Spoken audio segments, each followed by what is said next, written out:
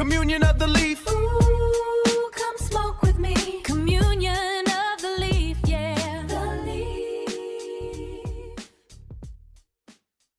Welcome to Communion of the Leaf, where every cigar is a story, every story is a journey, and every conversation is worth having. I'm Mike. This is my friend Jay. So today, we're going to enjoy the Overtime by Karen Berger. Surprisingly, an interesting fact is she started in the factory as a roller at age 18, and then she learned under Don Kiki for the blends, and then she eventually just kept on in the factory operations, and then just kept on going up in the business. That's really interesting. I'm really looking forward to trying this out then. Let's go ahead and cut and light.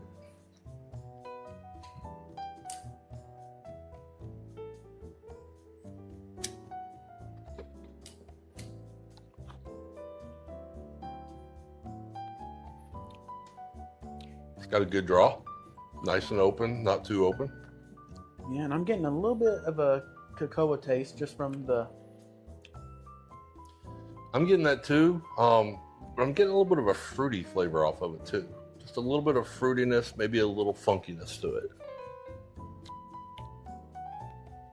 I get like a earth leatheriness. I guess that's the funk you're looking for. Probably.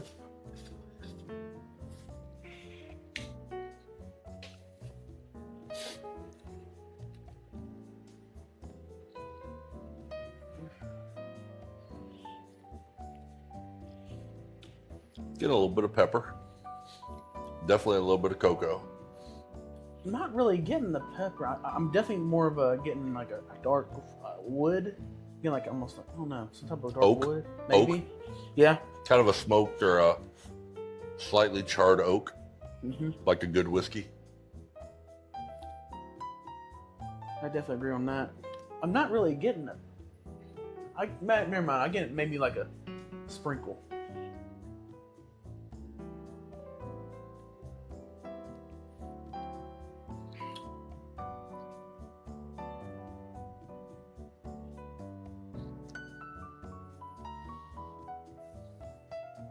So what are you getting on it?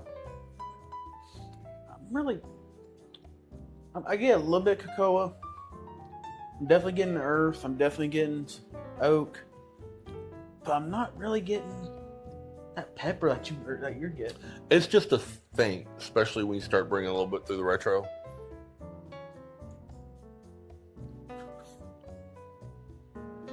Okay. You found it? Yeah, I found it. I didn't do the retro.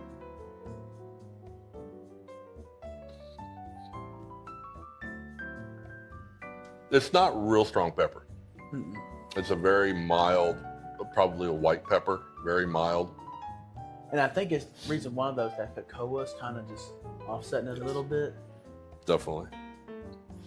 So let's go ahead and we'll smoke down into the first third, and then we'll cut. So here's what's interesting. I don't know about you, but this is more of a for Maduro. I'm getting more of a medium body. It is. It definitely is. And I'm definitely noticing I'm getting the peppers not really there. It's more of a cinnamon, kind of a little bit of a tingle on the tongue, a little bit of tingle on a retrohale. I definitely agree on that. Because I didn't get that till I got to where I'm at now on the third. But so far, it's a good draw still. Yes. Flavor's been consistent. Fairly good burn line, and I actually, when I lit mine up, I think I got just a little bit off, but it's corrected. It's nice. Yeah. Pretty straight. Ash is hanging pretty well. So, you know, what's really great, Karen Berger was the very first one when we started our Instagram channel, was the very first one to actually accept a collab request with us to actually repost our post. That is cool. That is. I really appreciate that. And, you know, it's not something, there's not a lot of female blenders in the industry. She's one of the few. Yeah, I can see why, because this business is, if you really look at it, especially on reps and owners that I've met so far, it's mostly grown men that have either inherited like inherited business from their father before, or it just. Another thing is, if you really think about it, back in the day, it was an all-male thing. Mm-hmm. You know, the men would get together in a lounge, in an office area. They would smoke a cigar. They would talk business. They would network. And so it was really a very male-dominated environment. Now, the really nice thing is now women are actually one of the fastest growing groups of cigar smokers out there. That's why, if you think about it, how many times have you been in a lounge and you watch a female walk in, and the first thing that the tobacconist wants to do is send them over to the flavored and infused cigars? A bunch of times. Women actually, I've seen it myself, where a woman walks in, they go to lead her over to the flavored and infused stuff, and actually her look at them and go, no, that's not what I smoke. There's a member here. She smokes nothing but Maduros, Churchills, and she'll smoke about 5 to 8 a day. Wow, that's interesting. So let's go ahead. We'll smoke down to the second, third, and we'll come back and give you a little bit more information.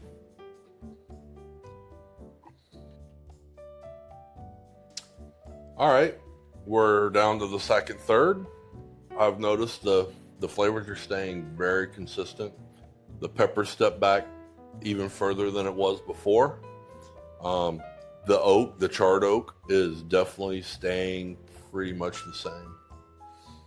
I'm going to agree with that because nothing really much changed. And I'll be honest, also that tingling flavor has kind of disappeared a little bit. But speaking of the cigar, so it's an Ecuadorian Maduro wrapper with a Indonesian Sumatra binder and then a Nicaraguan filler.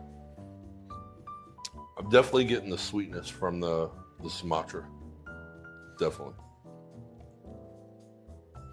So, I was reading something kind of interesting.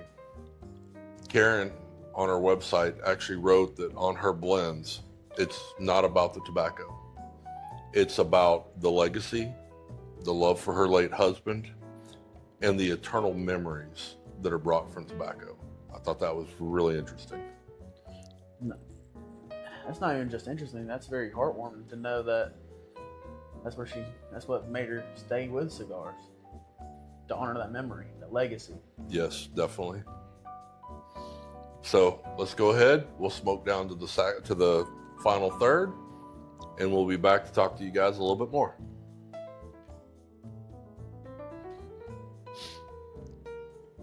All right, so we're at our final third here, and at the very end of the second third, I got some creaminess out of it, just a hint, and then a lot of sweetness.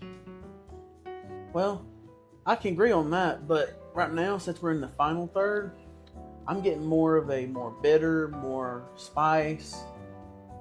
Like everything else, like I'm not even getting any oak anymore.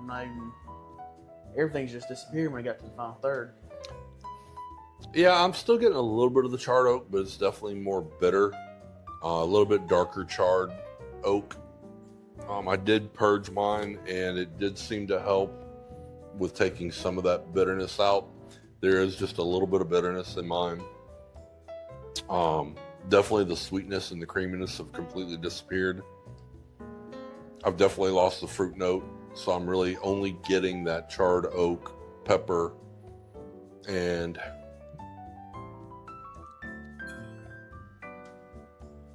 maybe just a little bit of leather in this.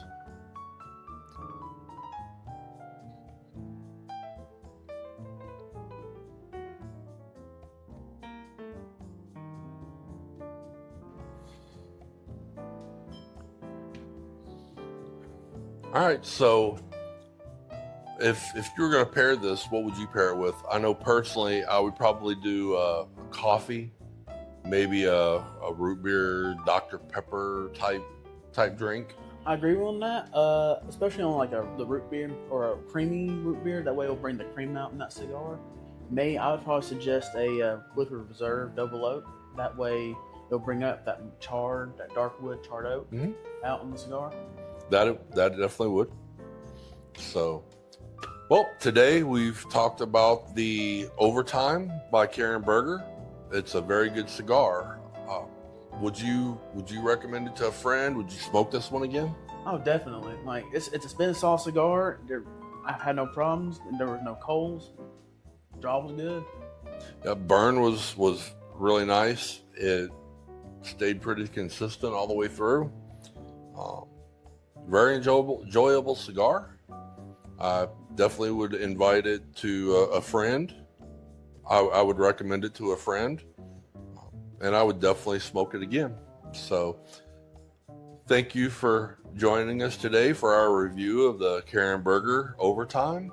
Remember, some cigars are smoked, others are remembered. Always keep it lit, and we'll see you next time on Communion of the Leaf. Ooh, Yeah, communion. of the leaf. Yeah, midnight oil with that blue-gray haze. Gold band shining lost in the mahogany maze. Cut deep, check the draw. Reviews, culture, history. Communion of the leaf, come smoke with me. Yeah, communion of the leaf. Ooh,